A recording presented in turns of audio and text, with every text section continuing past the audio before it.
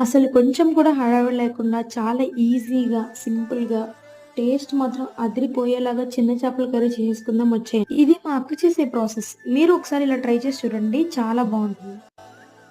హే గోదారి గట్టు మీద రామసలకావే ఓ కోరింటాకెట్టుకున్న సందా మామావే గోదారి గట్టు